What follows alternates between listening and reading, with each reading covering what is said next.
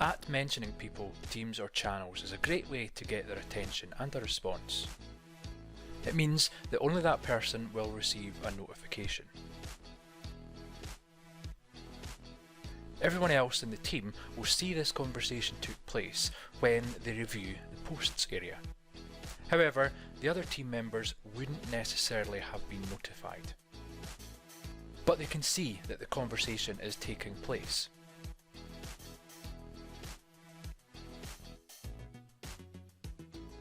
This means that they have the option to reply and offer assistance solutions if they can.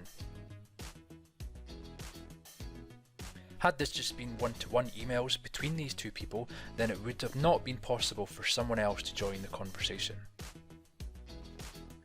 These two team members could have been working hard on something that someone else in the team who could really add value or save time would not have had the visibility of. Teams, complete transparency can save time and add value.